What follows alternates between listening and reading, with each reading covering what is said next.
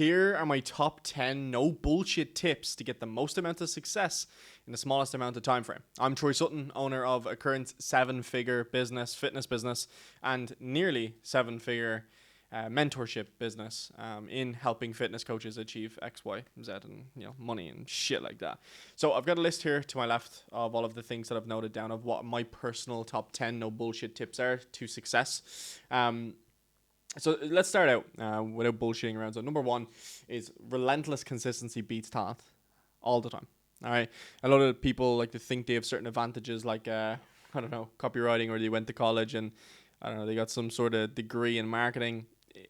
It's all bullshit, right? You can definitely utilize it, but if you're sat in a room with somebody that has a marketing degree and you fuck all, but you have the ability to be able to sit down and focus and for a longer time frame than them, and be able to consume more education, you're going to fucking run rings around them every single step of the way. And I have a little quote here. Most people fail not because they aren't good, but because they give up too soon. Facts. All right. Now, you want to show up every single fucking day.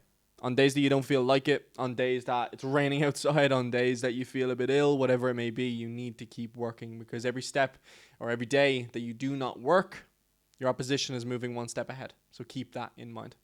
Number two is learn faster than you earn. And this is a big thing that I've believed in, is that you constantly need to be developing skill sets and education. If you have a current skill set that you feel like you've mastered right now and never think that you need further education on it, which the biggest one I see 100% of the time is somebody says, I'm already really good at sales. Sales is a skill that you will never be able to master because it's constantly evolving, but also as well, it truly takes a genius of over a decade of experience to be able to call themselves a master at sales. You can call yourself good. That's the most I will give you. But any other skill, it's the same. It's always evolving. You should always resit your education of the thing that you're that you've currently said that you've mastered. You need to sit down and relearn things almost sometimes. Because believe it or not, sometimes it can slip out of your brain. And I also have another quote here. If you're not reading, listening, testing, or reflecting daily, you're already falling behind. You want to obsess over skill acquisition, and the ROI is exponential. All right. This is something I still currently do. I read books every single day. Well, not every single day because I'm quite busy, but I try to at least aim one book, aim to read, fuck's sake, one book per month. Maybe I could look at an English book to learn how to speak. Number 3 is solve problems that pay. I oftentimes see people, honestly, sitting there editing YouTube videos or editing thumbnails or sitting there trying to solve little Minnie Mouse problems that aren't going to get them paid, like building workout plan templates. And if you've got better shit to do, you should be doing that shit, right? And this is why I always like to use some sort of task manager, like Monday.com, for an example, is the one that I use probably the most. There is a priority list that you can utilize on Monday.com, and you can set it to high priority or medium risk or low risk and deadline dates and all of these things. If you had 3 different things that you needed to do. One was preparation for a sales call. You had a list of information from the DMs that you need to drag over and understand before going on the call with the prospect in order to have the best attempt of selling them. Number 2, you have edit content, or number 3, you have team meetings. All right. I want you to use this little exercise, maybe to pause the video and see which ones that you would put in a priority list. And now I'll tell you. Number 1 should be preparation for the sales call, okay? Because fail to prepare, prepare to fail, all right? Number 2 is the team meetings, to be able to enhance your staff members to be able to perform better and have the motivation, have the respect for you, which will inherently make more money as well. So 2 of the most important tasks have been out of the way. And if you did have time, then you would go on to content editing or whatever it may be. But if you have the revenue over 3K a month, 4K a month from your business, you should be delegating this, because in this spare time that you edited content, you can most certainly find a more rewarding task to do. Now, number 4 is speed is a superpower. All right. Perfection is a disguise for fear. Now, if you execute fast, iterate fast, most people are stuck planning. Be the one who moves. Okay. Very powerful words by Troy here. And that's worth a subscribe. So if you haven't yet subscribed, I definitely recommend doing that right now. But it's just like anything that goes wrong in the business. You need to make sure that it's on the top of the priority list, which, as I said, solve problems that pay. And if there's a bottleneck in the business right now that has been stuck for quite some time, you need to fix it with speed. As soon as something comes down the line that you need to fix, you do it right now, and you don't do it tomorrow morning. It's the biggest, I suppose, superpower that I have too. I will never go to bed knowing that there's an important task that needs to be done, that there's like a ticking time bomb on it. I will get that shit done as soon as possible. Number 5, meeting the halfway mark, is get in the right rooms. Hence why I moved to Dubai at the age of 18, broke as fuck. I took the risk. I moved away with a bit of savings that I had after selling my car. I think I had like 15k euro. So sold my car, and I was on that fucking plane with no idea how I was going to make it work. But when you surround yourself in the right rooms, I met my first mentor, I met some like-minded people in the industry, and I grew and I grew and I grew. If you're sitting in let's take it from an example of where I was prior. Wicklow, Ireland, very small town, and nobody was really stepping outside their comfort zone. When I first started fitness, at least nobody in Wicklow had heard of fitness and fitness coaching and fitness influencing. They were like, what? Is this an excuse for this guy to take his top off and show off? So essentially you need to get in the right rooms. And I have a quote here.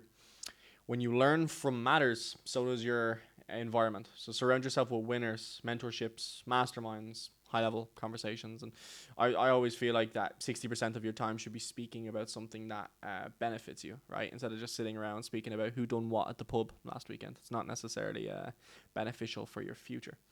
Number 6, you want to embrace, which is my favorite one, by the way, embrace boredom and pain, all right? Success is repetitive, and it's done this, and you do the same thing over and over again, even little small things with precision when nobody is watching. And you want to get addicted to the process, not the dopamine.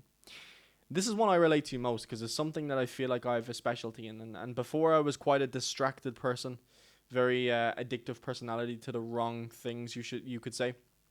Whenever I got a buzz off alcohol, I enjoyed a bit of socialization with my friends, I'd fall down this loop of wanting to do it every single night as opposed to just getting work done.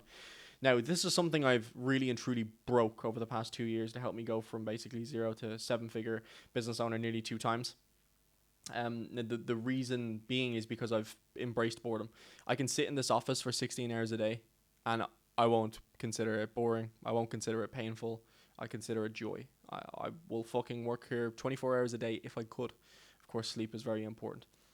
You need to embrace that because I like to look at it I'm 22 years of age now. Fuck, I just turned 22. I was 21 like 2 weeks ago. It was so much better than being 22. Anyway, 22 years of age, and I know for a fact if I keep working these long days and I keep putting in this work and don't get sidetracked, don't get distracted by popping bottles in a club and spending all my money on fucking hoes and shit like that, I know for a fact I will come out on top even sooner than everybody else. So I will be retired by the age of 25 years old, even though retirement for me will still be working, but it's completely financially free to a point where I don't need to sit at a desk 12 hours a day. And that's going to be the difference between my boredom now as opposed to boredom in the future, sitting at a 9-to-5 desk, 60 years of age, still working. Not for me. Number 7 is something that all of my mentor students would definitely agree with what I say, is track absolutely fucking everything. If you don't measure it, you can't improve it. Simple as that. Right? If you're looking at a blank stat board and you're wondering why your business isn't growing, you can keep wondering. You want to track your KPIs, your habits, your incomes, your failures, and become just data driven. Become a fucking data monster. Everything you do on a daily basis is focused around data. The success that you achieve from data is next to nothing, right? Incredible stuff. Now, number 8 is stay calm under chaos. Shit will go wrong. You're your own man now, you're your own business owner, your own woman, whatever it may be watching this. But you have your own business now, meaning all reliance is on yourself. There's nothing and no one that you can go to for help. Of course, there might be family members or something like that, but in my scenario, anything goes wrong with my business, I have to turn to myself. I have to rely on myself to make it work, whatever it may be. All right. So get used to that. Get used to that. You want to stay calm under chaos, or you got yourself here so you can get yourself out of whatever shit that you created. And when things go wrong, which they will probably every week. All right. Most people panic. Instead, you stay calm, you stay focused. Clarity in chaos is the cheat code. You want to try come up with a plan of action on how to get out of the chaos. Once you can do that with a level-headed mind, you're golden. All right. Coming in close now, these are my last two favorite ones. Number 9 is say no more.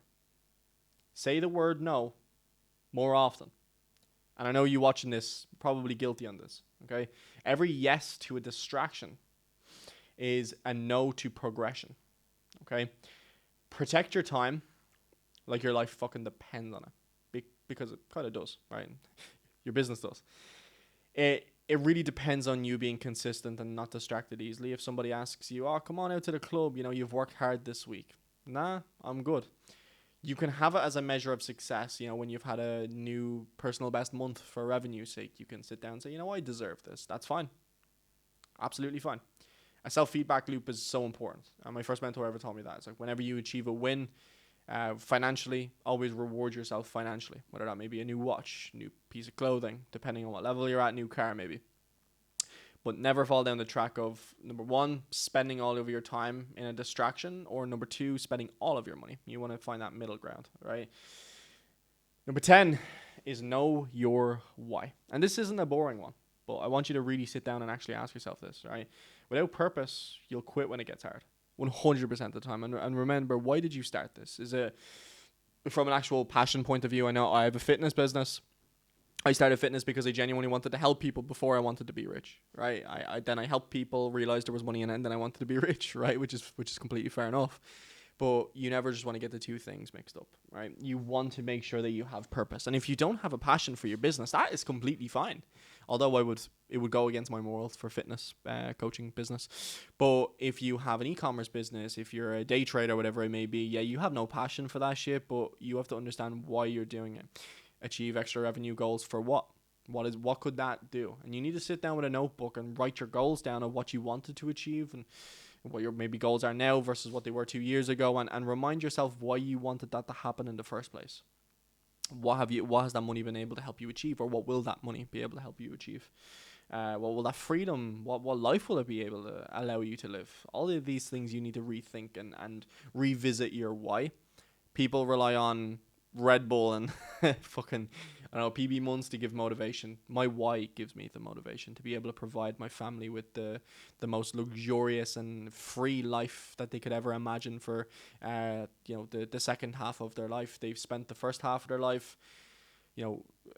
taking care of me, putting a roof over my head, slaving about. Now it's time for me to be able to show them what life is about.